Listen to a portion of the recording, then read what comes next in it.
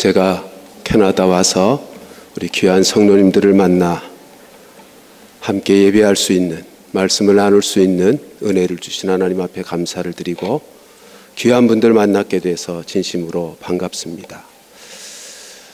특별히 오늘 약 한 2시간 동안 우리 목양교회 담임 목사님이신 이경원 목사님을 만나서 교제를 하면서 정말 하나님 사랑하고 복음의 뜨거움을 가지고 계시고 교회를, 그리고 교회 성도들을 기뻐하고 자랑스러워하는 우리 이경원 목사님을 만나게 되는 귀한 시간 갖게 된 것 진심으로 감사를 드립니다.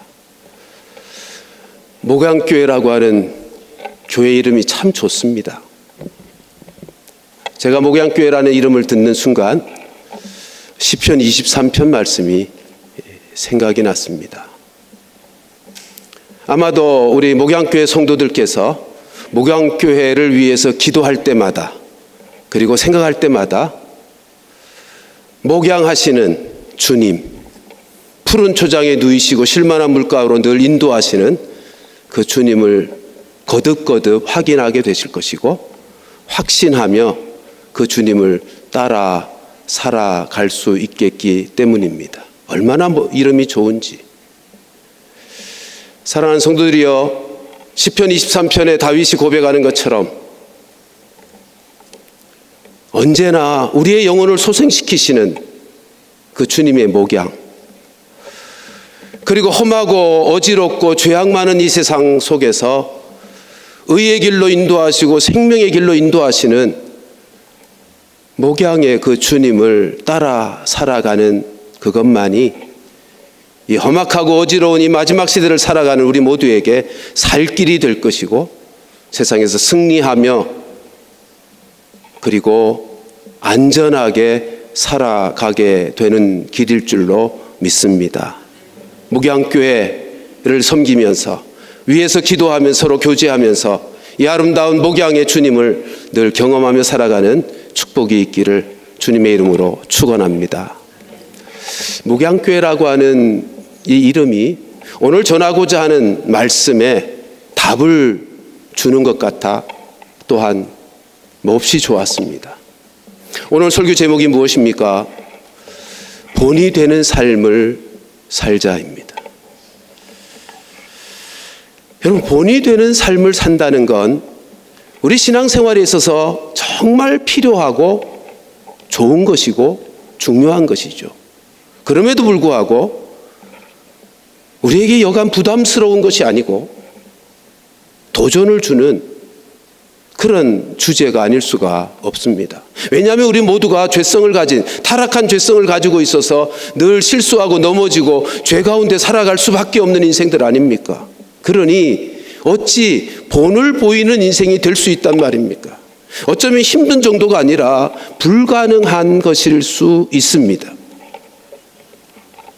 실제로 가정 안에서 언제나 가장 가까이 모든 것을 노출하여 살아가는 가족들 사이에서 아비로, 어미로 자녀들에게 본이 되어 산다고 하는 것, 쉽지 않은 것 우리 늘 경험하고 있지 않습니까? 그런데 오늘 본문을 보면 사도 바울이 이렇게 말합니다. 우리는 데살로니가 성도들 너희에게 본이 되었다. 우리가 너희들에게 본이 되는데 주를 본받는 본이 되었다. 지금 아주 자신 있게 당당하게 말씀하고 있습니다. 얼마나 부럽습니까? 그럼 어떻게 이것이 가능했을까요? 우리 자신을 보면 불가능할 것 같은 삶인데 다윗은 우리라고 표현하는, 여기 우리는 사도 바울의 2차 선교 여행 때 함께 동역했던 실로아노와 디모데를 포함한 말입니다. 그러니까 바울은 자신만이 아니라 함께 동역하는 그들과 함께 주를 본받는 본이 되었다. 지금 그렇게 자신 있게 말씀하고 있는 것입니다. 어떻게 그게 가능했겠습니까? 이것만은 아닙니다. 바울의 깊은 신학적 통찰력과 깨달음, 그리고 그의 열심과 헌신과 희생, 복음을 위한 살았던 그의 모습, 그것이 그로 하여금 성도들에게 본이 되게 했던 비결은 아닙니다. 우린 그건 분명히 하십시다. 만일 사도 바울이 살았던 열심과 헌신과 희생, 그리고 그가 가지고 있었던 탁월한 신학적인 깊이, 그것이 그로 하여금 본이 되는 삶을 살게 한 것이라고 하면 우리는 일찌감치 포기할 수밖에 없습니다. 그렇지 않습니까? 우리가 어떻게 사도 바울과 같은 깊이의 신학을, 성경적 지식을, 영적 통찰력을 가질 수 있겠습니까? 우리가 어떻게 바울과 그의 동역자들이 가지고 있었던 복음을 위한 헌신과 열심을 흉내라도 낼 수 있겠습니까?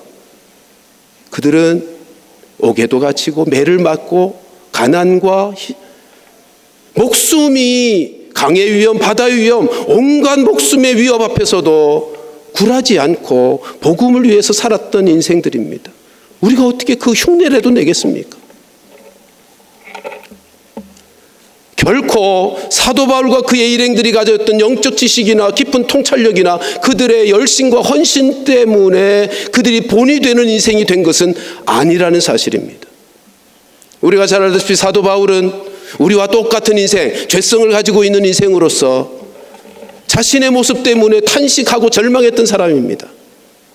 그 역시 육신의 연약함, 그리고 우리와 똑같은 죄성을 가지고 있어서 말씀의 삶을 살려고 노력하고 애를 써도 실패할 수밖에 없었던 자신 때문에 로마서 7장 24절에서는 고백하지 않습니까? 오호라, 나는 공고한 사람이로다. 누가 이 사망의 몸에서 나를 건져낼 수 있겠는가?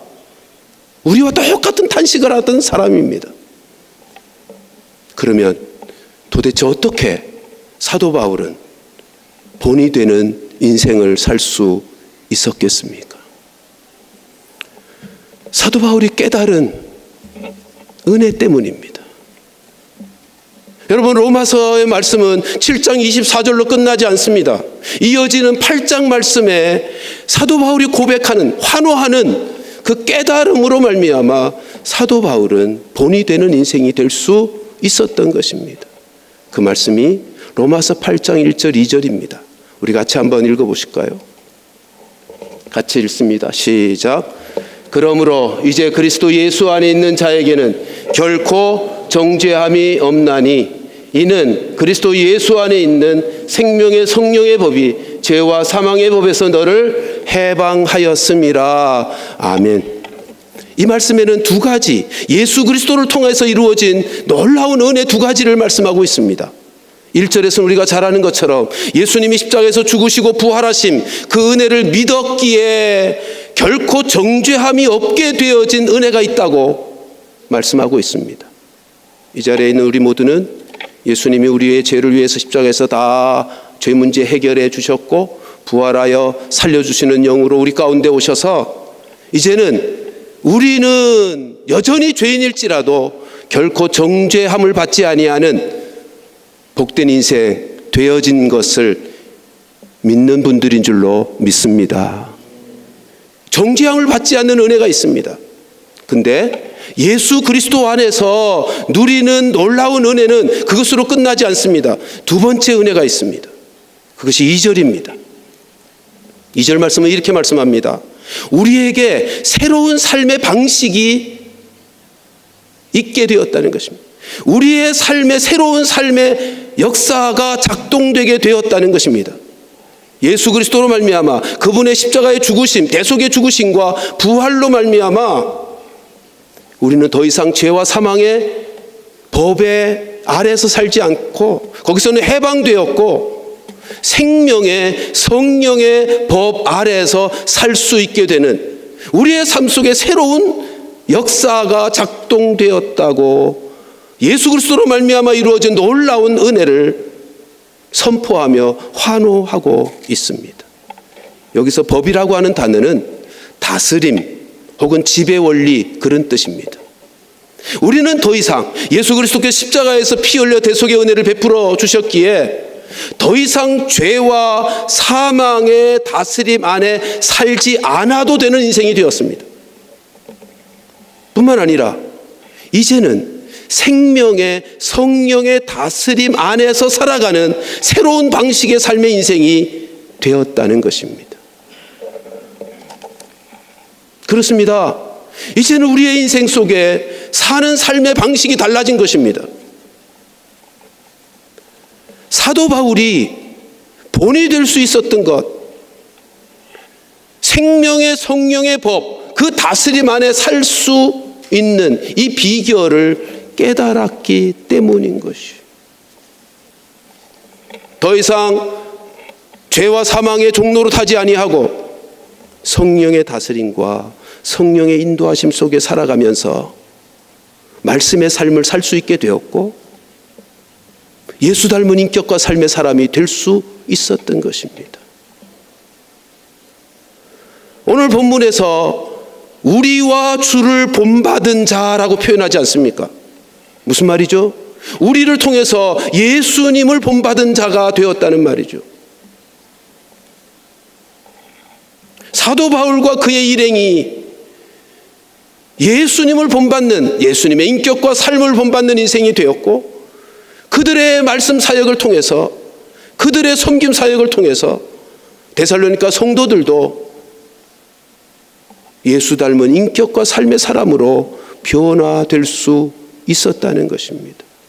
그 원리가 성령의 다스림을 받으며 살았기 때문에 사도 바울이 깨달은 것이 그것입니다. 이제는 내가 사는 인생이 아니라 내 안에 계신 성령, 그분의 인도하심을 따라, 그분의 다스림을 따라 살아가는 새로운 삶의 방식이 있구나. 그리고 그렇게 살면서 말씀의 삶을 살아낼 수 있었고 본이 되는 인생을 살 수 있게 된 것입니다. 사도 바울과 그의 일행들이 데살로니가 성도들에게 본이 되는 인생이 되었고 이어지는 말씀 8절의 말씀에서 데살로니가 성도들 역시 마게도냐와 아가의 모든 믿는 자들의 본이 될 수 있었던 원리가 똑같은 원리입니다. 그렇게 말씀을 받았던 그들 동일하게 성령의 다스림과 인도하심을 통해 살아갔기에 말씀의 삶을 살아내고 예수 닮은 인격과 삶의 사람으로 변화되어 모든 믿는 자들의 본이 되는 역사를 이루어갔고 이것이 신앙의 선순환이 이루어지게 된 것입니다. 오늘 본문 말씀으로 다시 돌아와 볼까요? 데살로니가 성도들이 어떻게 사도 바울과 그의 일행 그리고 주를 본받는 자가 되었는지를 우리에게 확인시켜 주시는 말씀이 본문 6절에 있습니다. 본문 말씀 다시 한번 같이 한번 읽습니다. 시작. 또 너희는 많은 환난 가운데서 성령의 기쁨으로 말씀을 받아 우리와 주를 본받은 자가 되었으니, 우리와 주를 본받은 자가 되었던 비결을 사도 바울이 이렇게 말합니다. 너희가 많은 환난 가운데서 성령의 기쁨으로 말씀을 받았기 때문이라는 것입니다. 여기서 성령의 기쁨이라고 하는 표현은 성령께서 주시는 기쁨입니다. 저들이 많은 환난 속에 있었지만 성령께서 말씀이 전해질 때 그들 심령 속에 역사되어 말씀을 기쁨으로 받을 수 있게 해주시는 성령의 역사가 있었기에 그들의 말씀을 받고 말씀에 순종하는 삶을 살아냈고 예수 닮은 인격과 삶의 사람으로 주를 본받은 자가 되어진 것입니다. 사도 바울과 그의 일행들의 실력 때문이 아닙니다. 그들이 가지고 있었던 신학적인 깊이 때문도 아니고 그들의 열심 때문도 아닙니다. 사도 바울과 그의 일행들을 통하여 역사하셨던 성령, 그리고 말씀이 전해질 때 데살로니가 말씀을 듣는 그들 속에 역사하셨던 성령의 역사하심이 저들로 말씀을 기쁨으로 전심으로 받게 했고 그 말씀을 순종할 수 있게 했고 그래서 주를 본받은 인생 되었고 또 본이 되는 마게도냐와 하가의 모든 성도들에게 본이 되는 축복을 누리게 되었다는 것입니다. 그렇습니다.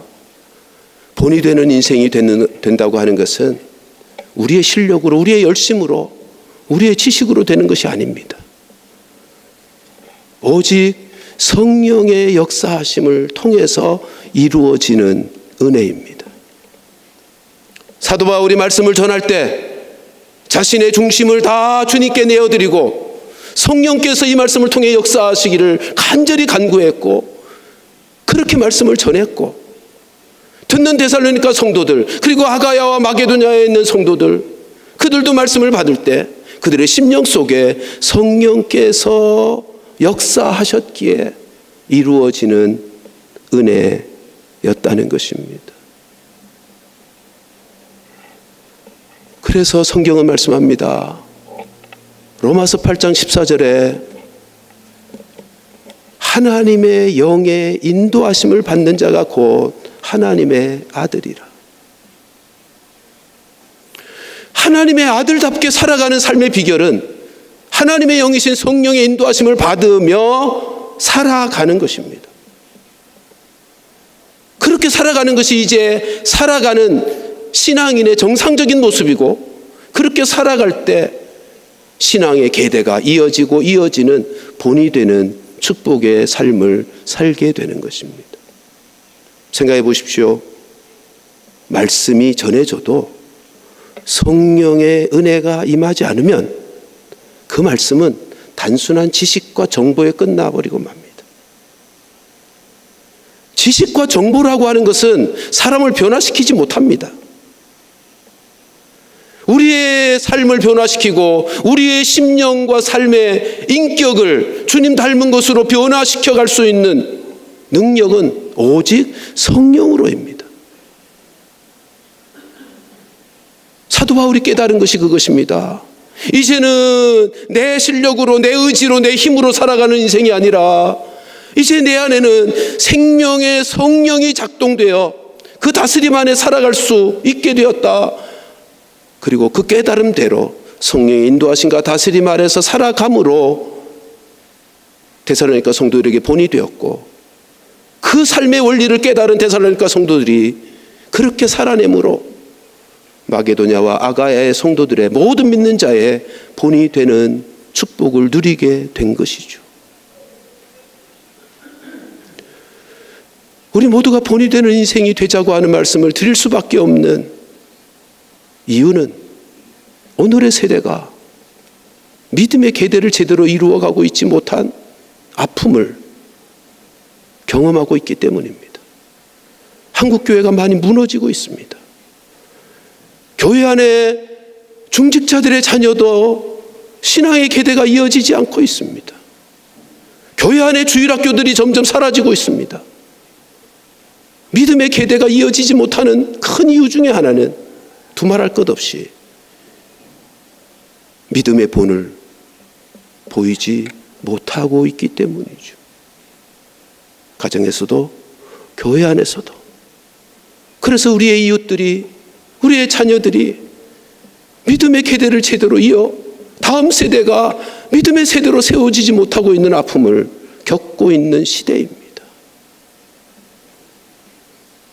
사랑하는 성도들이여, 우리 모두가 다 함께 사도 바울이 깨달았고 사도 바울이 이루어갔던 그 은혜의 역사들, 나의 실력도 아니고 나의 지식과 나의 열심으로도 아니라 내 안에 계신 성령께서 나를 통해서 일하실 때, 성령께서 은혜로 역사하실 때 내가 말씀의 삶을 살아낼 수 있고 본이 되는 인생이 되어 믿음의 계대가 이루어지고 믿음의 다음 세대를 세워갈 수 있다는 사실을 우리 모두 기억하고 성령의 인도하심과 다스림을 받는 이 새로운 삶의 방식, 이 삶을 우리 모두가 살아낼 수 있기를 주님의 이름으로 축원합니다. 예수님이 그래서 제자들에게 기도를 가르치실 때 성령을 구하고 찾고 두드리라고 외치신 것입니다. 누가복음 11장 9절부터 13절에 가서 보면요, 우리 잘 아는 말씀이죠. 누가복음 11장은 주님이 제자들에게 기도를 가르치신 문맥입니다. 너희 이렇게 기도해야 돼, 주기도문도 가르치셨고요. 이어서 9절 가서 보면 구하라, 찾으라, 두드리라 강조하시면서 13절의 결론이 뭔지 아십니까? 하물며 하늘 아버지께서 성령을 주시지 않겠느냐. 이것이 구하고 찾고 두드리라고 기도를 가르치시며 하신 예수님의 기도 가르침의 결론입니다. 이와 병행 구절인 마태복음 7장 11절에 가서 보면 결론은 이렇게 되어 있습니다. 하물며 하늘 아버지께서 좋은 것을 주시지 않겠느냐. 구하라 찾으라 두드리라 말씀하시고 내려진 마태복음의 결론은 하물며 하나님께서 좋은 것을 주시지 않겠느냐. 이 두 말씀을 같이 묶어보면 하나님을 믿는 우리 하나님의 자녀들, 믿음으로 살아가는 우리들이 하나님 앞에 구하고 찾고 두드려서라도 반드시 응답받아야 될 유일한 기도의 제목이 있다면 그건 성령님이시라는 것입니다. 하나님 편에서 보면 우리에게 주고 싶고 또 주고 싶고 또 주고 싶은 유일한 응답이 있다면 그건 성령님이시라는 것입니다. 왜요? 성령님만이 우리의 인생의 유일한 답이 되기 때문입니다.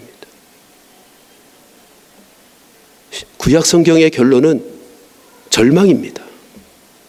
인간의 힘으로는 안 된다는 것이 구약의 결론입니다. 성령님으로만 답이 가능하기에 그래서 예수님 오신 겁니다. 예수님 오셔서 죄 문제 해결하셨기에 거룩하신 성령이 우리 가운데 오실 수 있었던 것입니다. 성령님이 우리 삶 속에서 우리와 함께 일하심으로만 우리는 말씀의 삶을 살아내고 하나님의 자녀답게 살 수 있기 때문입니다. 그래서 예수님이 사역 말년에 성령에 대해서 그렇게 가르치신 거예요. 내가 떠나는 것이 유익이야. 성령이 너에게 오실 것이고 그분이 진리의 영이시고 너희와 영원토록 함께 할 거야. 성령 하나님이 우리 가운데 계셔야만 우리는 소망 있는 인생이 되겠기에 말년에 소망이 되시는 성령님을 말씀하셨고 떠나시면서도 약속하신 성령 기다리라고 말씀하셨고 그래서 성경 속에 성령에 대해서 말씀하실 때마다 그 앞에 오직이라는 부사가 함께 붙어 있습니다. 오직 성령으로 오직 성령 충만 받으라. 왜요? 다른 방법으로는 해결책이 없기 때문입니다. 그런데 그 성령님이요 인격이시거든요. 인격적인 하나님이시거든요. 그래서 우리가 성령님께 내 자신을 온전하게 내어드리고 성령께서 내 삶 속에 은혜 베푸시기를 구해야 그분이 내 안에서 자신을 드러내시고 일하시는 분이십니다. 우리는 성령을 이용할 것이 아니고 하나님이신 그분께 내 중심을 내어드리고 그분이 내 삶 속에 은혜 베푸시기를 간절하게 구하고 찾고 두드리는 그 기도를 통해서 성령께서 우리 가운데 역사하시게 될 것이고 아니 인격이시라면 한번 도와주세요 그러면 도와주시면 되지 뭘 구하고 찾고 두드리라고 했을까라는 생각을 하실지는 모르지만 여러분 구하고 찾고 두드리라고 3번이나 거듭하여 강조하며 말씀하신 이유는 우리에게 성령의 은혜를 주시고 싶지 않아서가 아니라 성령님 편에 문제가 있어서가 아니라 우리 편의 문제 때문이에요. 생각해 보세요. 예수 믿으면 우리 안에 성령이 와 계시잖아요. 그런데 우리의 인생, 우리의 삶을 보면 나와 함께 하시는 성령을 의식하며 살기보다 여전히 나만을 의식하며 내 생각, 내 뜻대로 살아갈 때가 훨씬 많잖아요.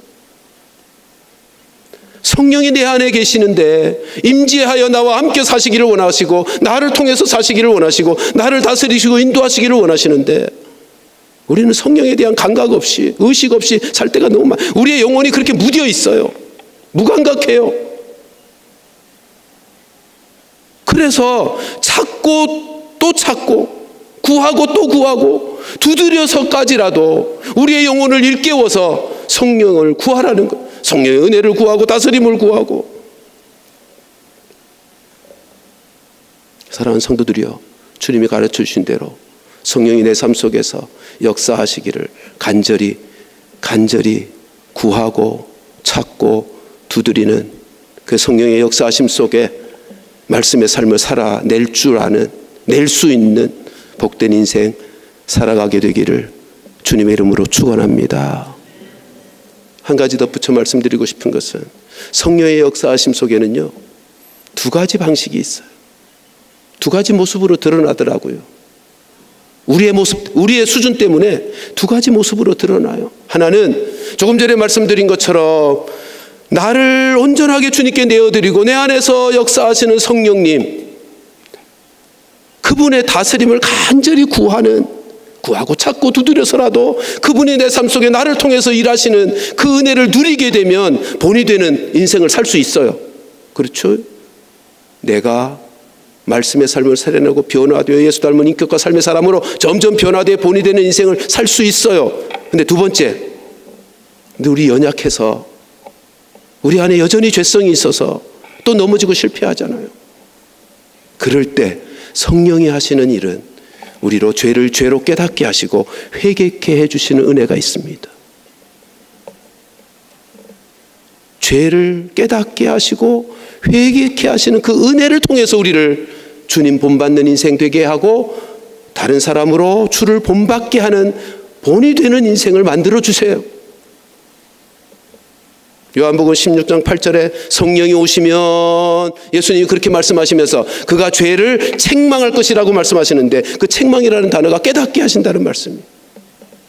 예수님이 말씀하십니다. 성령이 오시면 너 연약해서 실수하고 넘어지고 실패할 것이고 죄를 짓게 될 것인데 그때 성령께서 하시는 일이 죄를 죄로 깨닫게 하여 회개케 해주실 거라는 거죠. 저희 집에 두 자녀가 있습니다. 딸과 아들을 두었는데요. 아이들이 다 자란 다음에 저희 부부가 아이들 앞에서 그런 질문을 한 적이 있습니다. 얘들아, 엄마 아빠와 살면서 가장 감동적인 때가 언제였니? 그랬더니 저희가 기대하기는 어려운 중에서도 최선을 다해서 저희들을 잘 키워주셨어요.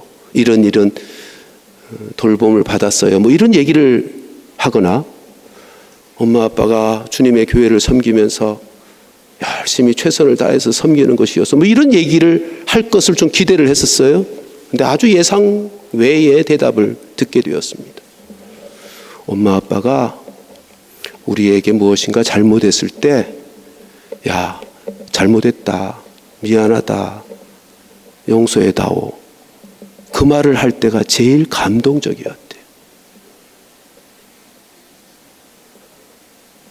참 신기하죠. 여러분, 자녀들은 부모의 등을 보고 자란다 그러잖아요. 보고 배우잖아요. 근데 놀라운 건 부모가 잘못했다고, 잘못한 것을 잘못했다고 했더니 잘못한 우리를 본받는 게 아니고 회개케 하시는 주님을 본받게 되더란 말이에요. 참 신비합니다. 아이들이 주님을 본받는 자로 자라서 두 아이 다 목회를 해요. 저희들은 아이들 앞에서도 실수하고 정말 본이 될 수 없는 연약한 인생으로 아이들 앞에서 잘못한 거 참 많은데 그때마다 미안하다, 잘못했다 라고 했더니 잘못하는 우리의 연약함을 본받는 인생들이 아니고 주님을 본받는 인생으로 잘 자라주더라는 것. 사랑하는 성도들이여, 이 사실을 잊지 마십시다. 주님이 예수 그리스도께서 십자가에서 죽으시고 부활하신 그 일로 말미암아 우리에게 주어지는 은혜는 더 이상 정죄함을 받지 않는 은혜로 끝나지 않습니다. 우리로 예수 닮은 인격과 삶의 사람으로 변화시켜 주시는 은혜까지. 근데 그 은혜는 어떻게 이루어지는 거라고요? 생명의 성령의 다스림 안에 살아감으로. 그러므로 주님이 가르쳐 주신 대로 내 안에 나와 함께 사시면서 나를 통하여 예수 닮은 인격과 삶의 사람으로 변화시켜 가고자 하시는 성령님, 그분이 내 안에 늘 함께 하시다는 사실을 잊지 마시고 그분을 의식하시고 그분께 은혜를, 도우심을 도와주시기 위해 보혜사 성령으로 와 계시지 않습니까? 그분의 은혜를 구하고 찾고 두드려서라도 임재하시는 그분을 경험하고 느끼고 그분의 인도하심과 다스림 속에 살아가면서 때로 연약하여 넘어지면 회개의 은혜를 누리면서 우리의 삶도 주님을 본받는 인생이 되고 우리의 삶을 통해서 우리의 자녀들, 내 이웃들, 그들에게 본이 되는 복된 삶 살아가게 되기를 주님의 이름으로 축원합니다. 고마우신 하나님, 저희들에게 예수 생명 주시고 십자가의 보혈 부활의 생명으로 우리를 하나님의 자녀 만들어 더 이상 종지함이 없는 복된 인생, 정죄함을 받지 아니하는 복된 인생 되게 해 주실 뿐만 아니라 이제는 우리 안에 죄와 사망의 법 아래 그 다스림 안에 살지 않을 수도 있는, 그리고 이제는 생명의 성령의 다스림 안에 살아갈 수 있는 복된 인생 만들어 주셔서 이제는 더 이상 탄식하고 절망하는 인생으로가 아니라 예수 닮은 인격과 삶의 사람으로 변화되어져 가고 영원한 하나님의 나라 위하여 귀하게 쓰임받는 영광스러운 인생 만들어 주신 것 감사를 드립니다. 내 안에 계신 성령님을, 진정한 임마누엘이 되시고 보혜사로 오신 성령님을 날마다 순간마다 의식하며 성령의 인도하심을 구하고 찾고 두드려 성령의 역사하심을 경험하여 예수 닮은 인격과 삶의 사람으로 변화되어져 가고 진정 내 사랑하는 자녀들, 자손들, 손주들, 그리고 지체들, 이웃들에게 본이 되어 우리와 주를 본받게 되는 놀라운 역사, 그 열매가 이루어지는 복된 삶 살아가도록, 그 목양의 역사, 열매가 풍성한 귀한 교회가 되어지도록 은혜를 베풀어 주시옵소서. 예수님의 이름으로 기도하옵나이다. 아멘.